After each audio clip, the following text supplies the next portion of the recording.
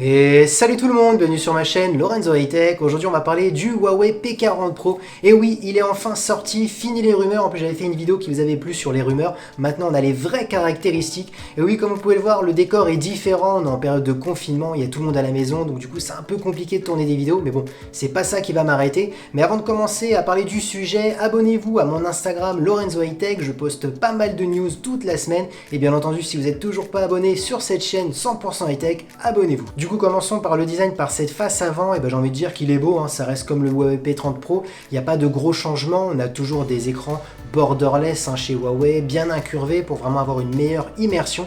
Sauf le changement par rapport au modèle précédent, c'est bien entendu la caméra frontale. On n'avait qu'un seul poinçon et il était en haut. Maintenant, on a deux poinçons en haut à gauche et je vous donnerai les caractéristiques juste après. En termes de caractéristiques, pour cette face avant, on est sur un écran de 6,58 pouces, un écran OLED, donc de dernière génération pour avoir plein de contrastes, plein de couleurs, pour vraiment avoir une meilleure immersion. On a un écran de 90 Hz. Ah, c'est ça le petit problème peut-être, pas de 120 Hz. Alors maintenant, j'ai envie de vous dire, est-ce qu'on voit vraiment la différence entre du 90 et du 120 sur un smartphone? Sur un téléviseur, oui, c'est différent, mais sur un smartphone, je me pose la question.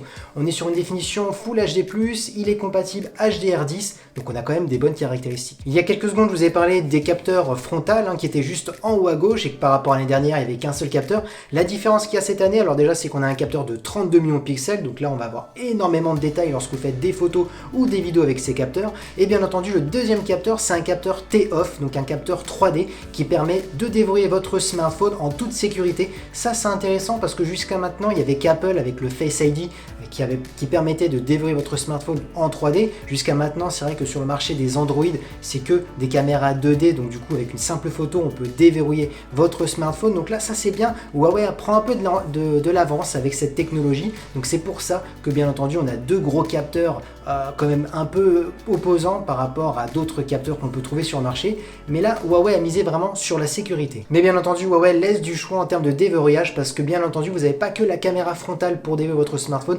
Ils ont même mis un capteur d'empreinte sous l'écran. Donc comme ça, vous avez deux choix pour déverrouiller votre smartphone. Concernant le dos de ce smartphone, un beau revêtement en verre. Ça ne change pas. Tous les hauts de gamme, ils ont ces matériaux-là. On a un module rectangulaire, un petit peu à la Samsung, avec 4 capteurs à l'intérieur. Et là maintenant, je vais vous donner les caractéristiques. Du coup, on retrouve 4 capteurs sur ce Huawei P40 Pro. Le premier, c'est un grand angle de 50 millions de pixels. Le deuxième, c'est un 40 millions de pixels. On a ensuite un troisième capteur qui est un capteur T-Off qui permettra d'avoir des effets bokeh, notamment pour le mode portrait ou pour les jeux. On pourra l'utiliser pour la réalité augmentée. On a ensuite un troisième capteur qui est un capteur périscopique qui permettra de zoomer jusqu'à 5x et d'avoir aussi un zoom hybride 50x. Donc c'est vraiment énorme. Et là, on est sur un capteur de 12 millions de pixels. Donc on voit qu'on a énormément de choix, surtout en termes de créativité. Du coup, là, j'en suis sûr, tout de suite, vous dites, ah, il n'y a pas de capteur de 100 millions de pixels.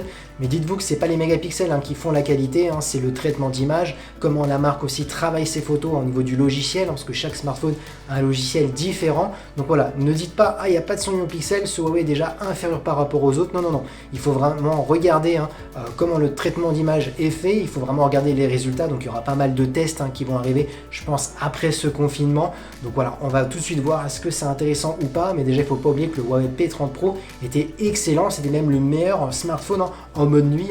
Donc du coup, on verra les tests. Mais concernant la vidéo, on filme jusqu'en 4K, 60 images par seconde et non pas de 8K. Mais comme je vous ai dit, la 8K pour l'instant, c'est pas vraiment prêt. Pas tous les constructeurs vont mettre de la 8K, tout le monde n'a pas les téléviseurs 8K, tout le monde n'a pas la configuration sur son PC pour faire notamment des montages en 8K. Donc je pense que ce sera l'année prochaine que tous les constructeurs vont passer à la 8K.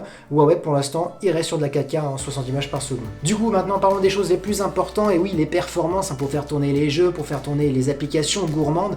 Et j'ai envie de vous dire, vous pourrez tout faire tourner, tout simplement. Pourquoi j'ai envie de vous dire, vous avez 8 Go de RAM interne, vous avez le tout dernier Kirin 990 qui est le Kirin le plus puissant du marché. En plus, il est compatible 5G. Vous aurez 256 Go interne et avec une extensibilité nano SD. Alors bien entendu, c'est la technologie de Huawei, c'est pas une micro SD, mais en tout cas, c'est extensible jusqu'à 512 Go, donc vous pourrez en mettre des applications, des jeux. Ensuite, on a du Wi-Fi 6, du Bluetooth 5.0, la connectique, c'est du type C, donc voilà, rien d'exceptionnel. Maintenant, ce qui est intéressant par contre, c'est qu'on a une batterie de 4200 mAh et en plus avec une super charge de 40 watts, donc en moins de 50 minutes, bien, votre téléphone est rechargé. Il a en plus de la recharge sans fil rapide et même de la recharge inversée. Vous savez, c'est un petit peu comme Samsung, vous posez des écouteurs qui se rechargent par induction ou même un autre smartphone dessus, ça permettra de le recharger un petit peu. Donc si vous êtes en galère de batterie, ça peut vous sauver la vie. Il est aussi IP68, donc ça veut dire qu'il résiste à l'eau et à la poussière, donc ça c'est intéressant. Maintenant, parlons de choses sérieuses et je sais ce que vous allez me dire, hein, peut-être en commentaire, vous allez me dire mais Huawei maintenant ils ont des problèmes avec les Américains, il n'y a plus de Play Store, donc ça veut dire qu'il n'y a plus de Facebook, il n'y a plus d'Instagram, il n'y a plus d'applications américaines, c'est fini. Et ben non, détrompez-vous, moi-même j'étais le premier à enterrer Huawei, je vous cache pas. Ben maintenant je déterre Huawei, pourquoi? Bah tout simplement, ils ont enfin créé leur application qui est Apps Gallery, hein, qui est l'apps de Huawei, et donc du coup ça y est, ça commence à se remplir, ils ont engagé même pas mal de développeurs, ils ont même mis leurs bénéfices, 100% des bénéfices reviennent directement aux développeurs pendant quelques mois, exprès pour remplir un petit peu ce Play Store hein, de Huawei. Donc du coup ça y est, vous retrouvez Facebook, Instagram, Snapchat, pas mal d'applications. Alors oui, il manque encore pas mal de contenu hein, dans ce Play Store de Huawei. Hein. Maintenant ça va arriver, il faut laisser le temps, ça fait pas longtemps que Huawei hein, a fait cette application. Et surtout, deuxième chose, il n'y avait plus de Google Assistant. Ça y est, ils ont annoncé dans pas mal de pays ça va arriver. Il y a Celia qui est le nouvel assistant de Huawei et qui n'appartient pas à Google. Donc du coup, comme Google, hein, vous pourrez faire des petites choses, hein, mettre des minuteurs, demander de faire des petites recherches. Donc voilà, on en sera sur un petit assistant. Du coup, je vous donne mon point de vue et peut-être vous allez trouver ça peut-être un petit peu choquant, mais je pense que ce qui s'est passé pour Huawei, c'est même bien, c'est bénéfique. Pourquoi? Bah tout simplement, ça peut devenir un peu une marque comme à la pomme. Et oui, comme Apple. Apple, ils ont leur propre OS, ils ont leurs propres produits, et bah Huawei ça peut être la même chose, le fait de se détacher d'Android, de se détacher du Play Store, ils vont pouvoir avoir leur propre OS, hein, un petit peu à la mode Apple, et peut-être ils vont devenir une grande marque, même c'est déjà une grande marque, mais encore une plus grande marque un petit peu comme à la pomme.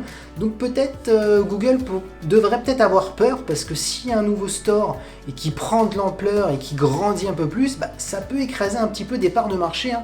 En tout cas au niveau du Play Store, hein, et du coup les Américains devraient un petit peu avoir peur. Du coup à chaque vidéo je donne mon point de vue pour qui il est destiné ce smartphone. Et ben là ce smartphone il est un petit peu différent. Pourquoi? Bah tout simplement j'ai envie de dire ce smartphone il est pour les personnes qui n'aiment pas Google, et oui pour les personnes qui disent voilà les informations s'envolent un petit peu à droite à gauche, et ben là vous inquiétez pas, vous avez plus Google hein, sur ce smartphone, donc ça peut être intéressant et ça peut gagner quand même une certaine clientèle qui veut plus de smartphone Google, parce que moi je me rappelle pas mal de clientèle qui me disait est-ce que ça existe un smartphone sans Google ou pas, et je disais que c'était compliqué. Donc c'est vrai qu'aujourd'hui ça peut être intéressant pour toutes ces personnes qui veulent plus Google, et ben là j'ai envie de vous dire foncez sur ce Huawei. Et surtout en termes de performance, 8 Go de RAM, le dernier Kirin 990, un bel écran OLED avec une bonne définition, un taux de rafraîchissement de 90 Hz, voilà. Il est destiné pour les gamers, il est destiné pour les personnes qui font des tâches classiques ou même polyvalentes, il va durer dans le temps et surtout sans Google. Donc voilà pour qui il est destiné ce smartphone. Et voilà, cette vidéo est terminée, j'espère qu'elle vous aura plu, je vous ai donné mon avis, je vous ai donné des petites news, je vous ai donné les infos sur ce Huawei P40 Pro. Voilà, désolé du décor qui est différent, j'espère que ce confinement va vite se terminer, comme ça je pourrai refaire des vidéos comme avant. En tout cas, si cette vidéo vous a plu, n'oubliez pas le petit pouce like, de vous abonner, de partager la vidéo. C'était Lorenzo High Tech.